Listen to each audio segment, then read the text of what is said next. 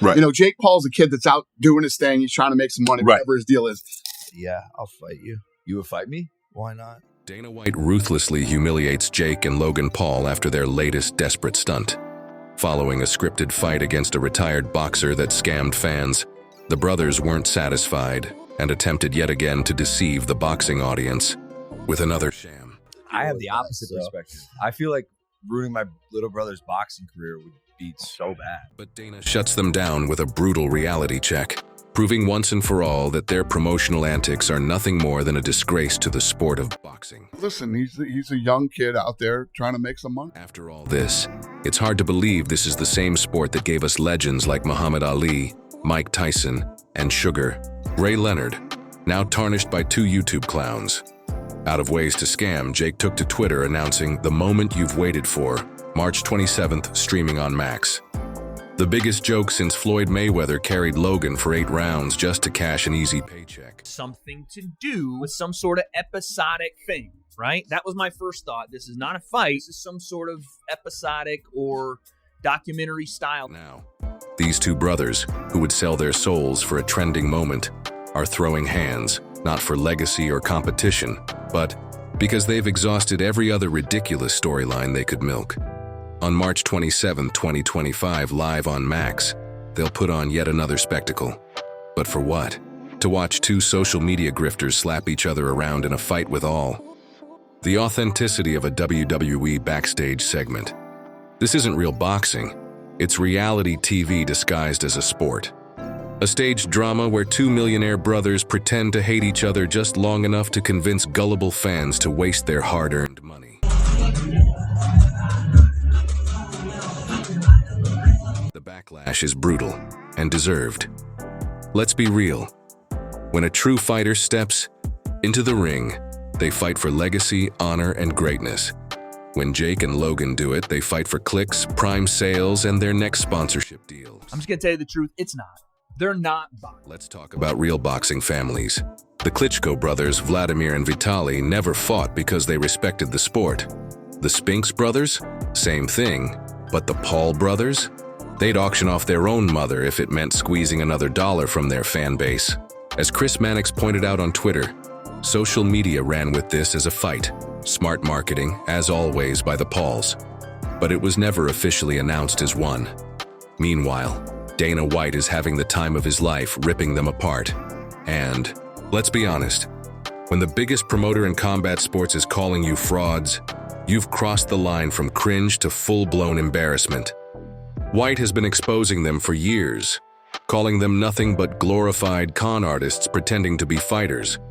And with this latest stunt, he's been proven right yet again. The first time I ever met him, I took my son to the first boxing match. I want to say it was Wilder and Fury. And this kid rolls up on me and got like a fucking jacket on with no shirt. And he rolls up to me the first time. I didn't even know who he was. He's being a total fucking wise ass. I'm like, listen, man, I'm fucking trying to get my seat situated here. He's like, okay, you go on and keep being famous or some shit like that. I'm like, who the fuck is this guy? My son told me who he was. Jake Paul also has personal issues with Dana White, but let's be real. He walks around acting like some boxing prodigy. So let's break down his so-called career. He's 11-1. Sounds impressive, right? Until you realize his opponents included retired MMA fighters with zero boxing experience, social media influencers, and guys old enough to collect retirement checks. And the one time he faced a real boxer, Tommy Fury, he got humbled so badly that he had to go back to making YouTube vlogs just to distract from the loss. Now, instead of challenging another legitimate boxer, he's fighting his own brother. Because that's how desperate he is to keep the facade alive. Everybody. Me? Yeah, I'll fight you. You would fight me? Why not? You're tiny. I'm taller than you. You're still tiny. It would suck to be the one that has to deal with, losing, but I wouldn't be the one that would have to deal I have with the that, opposite perspective. I feel like ruining my little brother's boxing career would be so bad. And then there's Logan Paul, a guy who has boxed fewer real opponents than he staged WWE promos. His biggest fights? Getting carried by a 44-year-old Floyd Mayweather, who barely tried, and a so-called match against Dylan Dennis that was more of a WrestleMania warm-up than an actual fight. Logan is 29 years old and somehow still riding the illusion of being a boxer while juggling his WWE gimmick. And now this latest fight. It's happening just weeks before WrestleMania, where he's already booked to appear. But sure, let's all pretend this is a serious bout and not just another promotional circus act designed to shove prime hydration down everyone's throat. The sad part? It's still going to do massive numbers. Why? Because people love a disaster. Jake's so-called fight against Mike Tyson pulled over 60 million views. Not because anyone believed it was a real competition, but because they wanted to see just how ridiculous it would get. And now two brothers with zero credibility in the sport are about to turn boxing into a full-blown joke. Yet, people will still tune in just to witness the catastrophe. Is completely different than what him and his brother are doing. You know what I mean? I'm looking for the absolute best in the world. These guys who have trained their whole life, they fight in these smaller shows, and then they make it to the UFC, and we put the best against the best. It's just not what we do. There's a market for what these guys do, and Dana White has been saying it for years. These guys aren't fighters, they're opportunists. They've turned boxing into their personal ATM, carefully selecting opponents and crafting fake narratives to scam fans into paying for garbage fights. And now, with this ridiculous matchup, they've proven Dana right once again. This is what happens when you let YouTubers infiltrate combat sports. They turn it into a joke. Like if I wanted to do a UFC fight, is that something you'd entertain? who would you want to fight? Don't know. You have wrestling and boxing.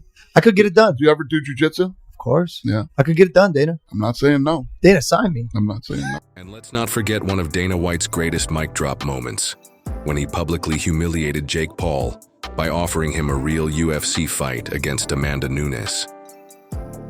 That was Dana's way of saying, if you're really about that fight life, step into the cage against someone who actually knows what they're doing.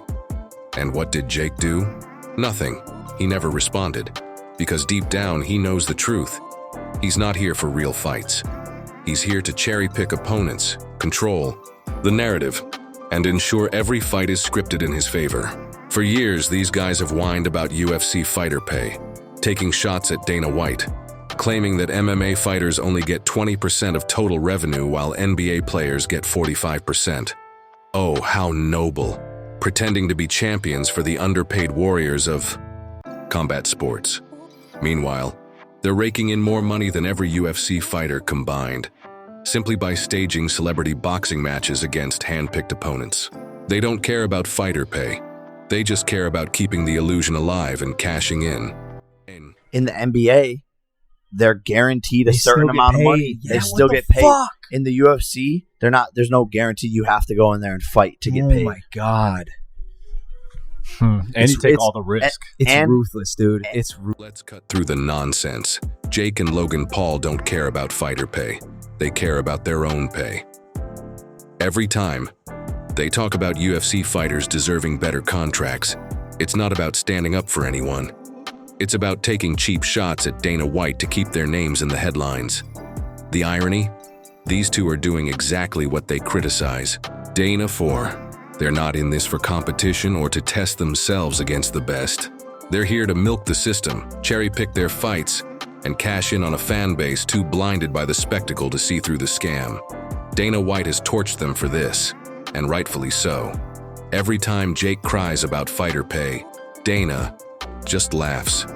Why? Because Jake and Logan are living proof that you don't need to be a real fighter to make millions. You just need to be a shameless, money-hungry showman.